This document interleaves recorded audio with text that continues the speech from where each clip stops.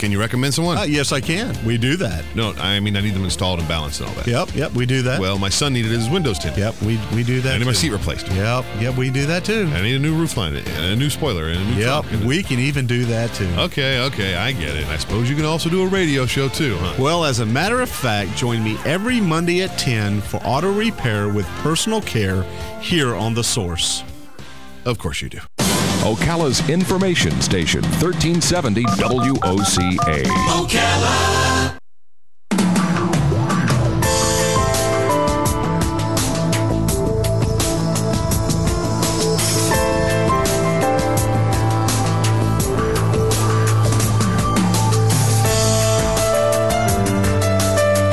All right, 5 minutes after 11 o'clock. Thank you for tuning in.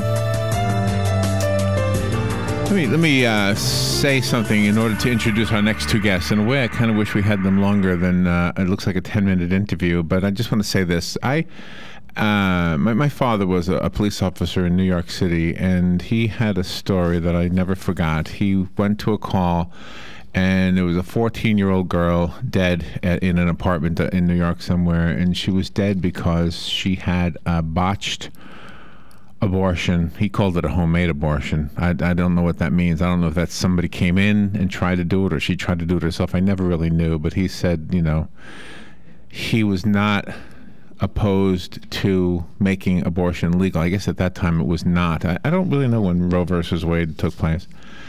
But he was also against abortion. He was against abortion, but he wasn't against the law that allowed it. Or he wasn't against the idea of a law being changed to allow it, I guess, at that time.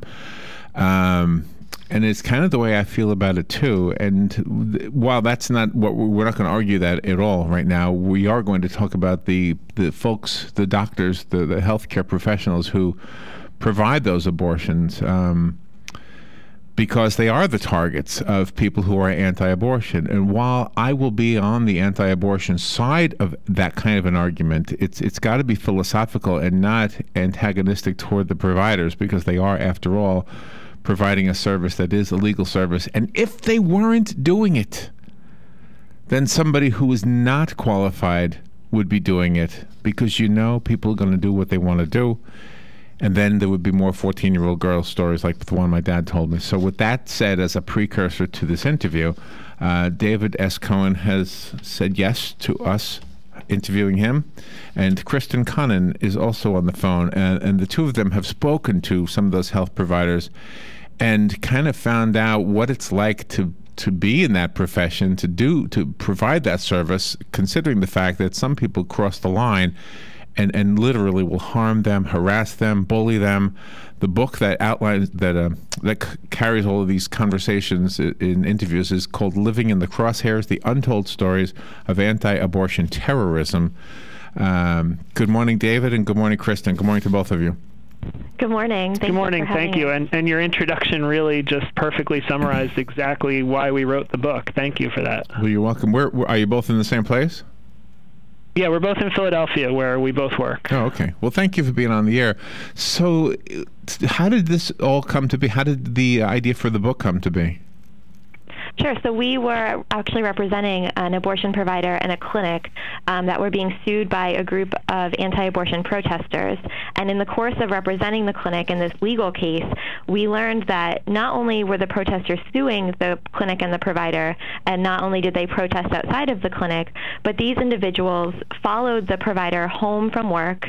They leafleted throughout her community. They found out exactly where she lived. They yelled all of this information at her. They harassed her family members, and all of this caused a lot of fear in her that led her to wear a bulletproof vest to work every single day in her totally legal job as an accountant at an abortion clinic. And hearing her stories, interacting with the anti-abortion extremists outside of the clinic setting made us realize that this type of personalized harassment is not something that we talk about when we talk about abortion or we talk about abortion protest. So we designed this study to travel around the country and talk to abortion providers about their experiences being individually and personally targeted, like the provider that we represented was. Well, it is a tough topic, and it is easy to aim at the wrong target. I think, gosh, I'm going to take up all your time if I start interjecting my opinion about this. So I will refrain from that. But I just real quick, I guess in 10 seconds I can say, I think we need a campaign more than laws. I don't think the law needs to be changed because of that story I told you that my father told me. And when was Roe versus Wade passed? When did that pass? 1973. Okay, so and he was a police officer from 52, I guess, to 72. So, Right. It's not surprising.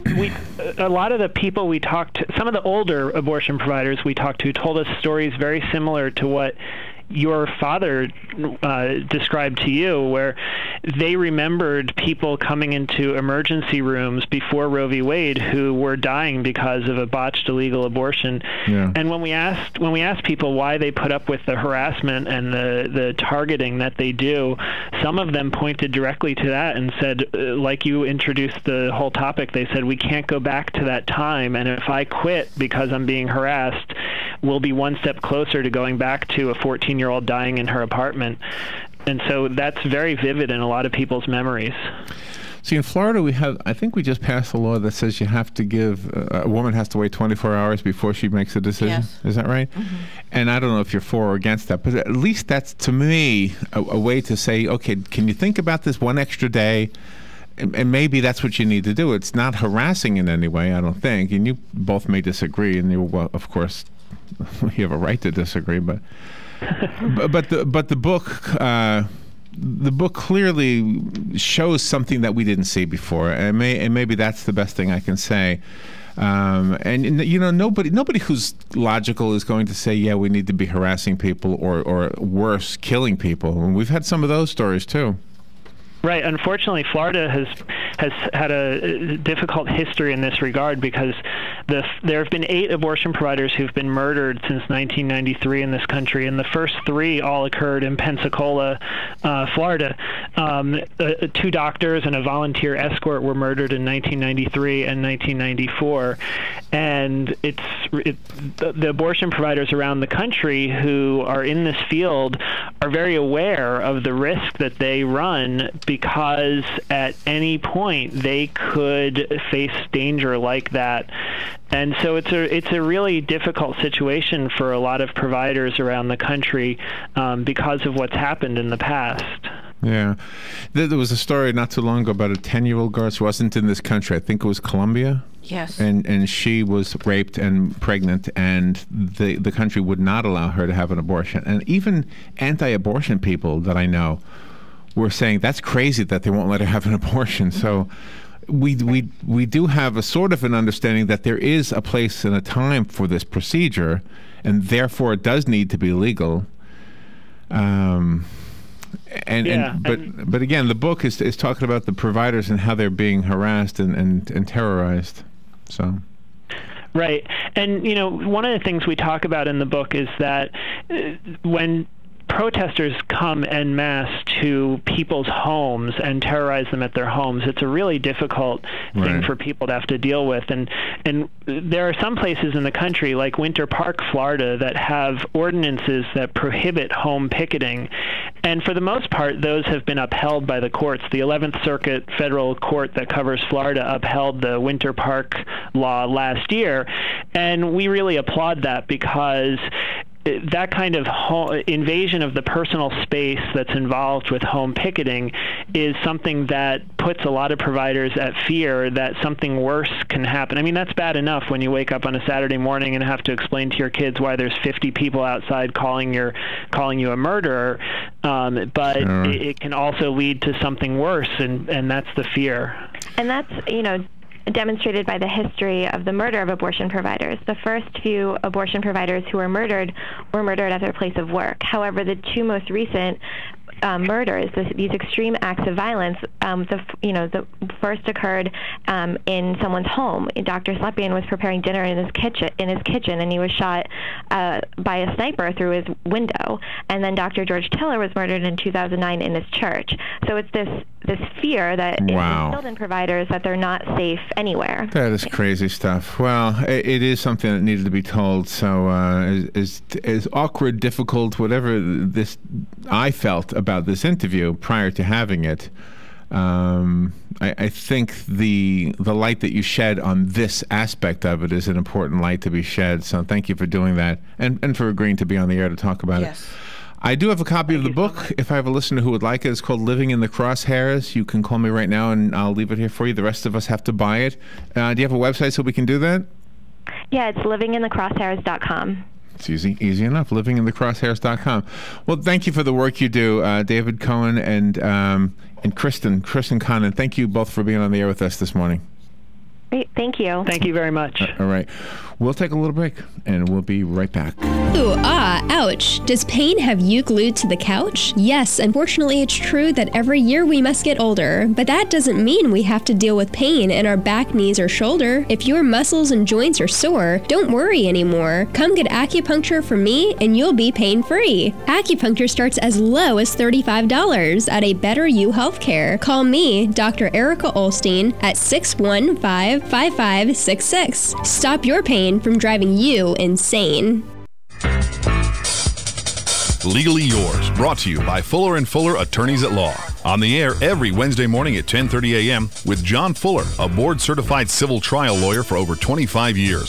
John welcomes your questions, from business to complex family matters to legal disputes. So tune in every Wednesday morning at 10:30 a.m. for Legally Yours with John Fuller, right here on WOCA 1370 AM and 96.3 FM, The Source. Here's what you may have missed on the John Tesh Radio Show. Coloring helps our brain downshift to more soothing alpha waves. That's because filling in the lines requires just enough concentration to keep your brain focused without risking any burnout. Lower testosterone means a man is less likely to stray and look for other mates after he becomes a father. Are your lips always dry or chapped? That is usually the first sign of dehydration. Intelligence for your life on the John Tesh Radio Show. Don't miss this stuff. Hey, I'm Gary. And I'm Eric. Did you know that Red Eye Radio is on WOCA The Source every night from 2 to 6 a.m. and it's live? That's right. No tape shows here. We know that the news doesn't sleep. And neither do we. So we're here with you live from 2 till 6 a.m. every weekday. Call us 866-90-RED-EYE. So join me, Gary McNamara. And me, Eric Harley, every weeknight to discuss the latest in news and entertainment. Right here on WOCA The Source.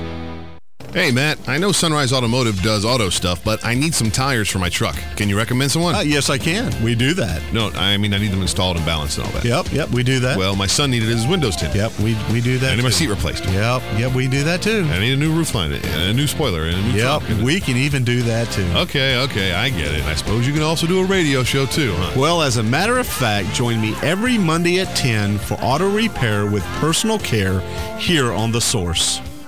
Of course you do.